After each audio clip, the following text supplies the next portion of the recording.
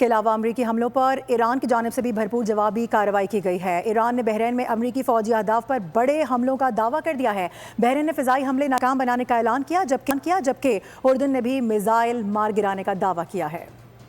امریکی جارحیت کے جواب میں ایران نے آپریشن نصر 2 لانچ کیا۔ دوسری لہر کے دوران بحرین میں امریکی فوجی تنصیبات کو میزائل اور ڈرون حملوں کا نشانہ بنایا گیا۔ بیان کے مطابق اسلحہ گودام، سیٹلائٹ کمیونیکیشن سینٹر اور امریکی فوج کے زیر استعمال ایک عمارت کو نشانہ بنایا گیا۔ پاسداران انقلاب کا دعویٰ ہے کہ بحرین میں امریکی بحری کے 5th فلیٹ ہیڈ کوارٹر پر بھی حملہ کیا گیا۔ بیان کے مطابق ایندھن کے ٹینکوں میں آگ لگ گئی۔ ایران نے پیٹریوٹ اور دیگر ریڈار سسٹمز کو تباہ کرنے کا بھی دعویٰ کیا ہے۔ اس کے علاوہ پاسداران انقلاب نے آبنائے ہرمز میں 2 ٹینکرز کو ناکارہ بنانے کا بھی دعویٰ کیا۔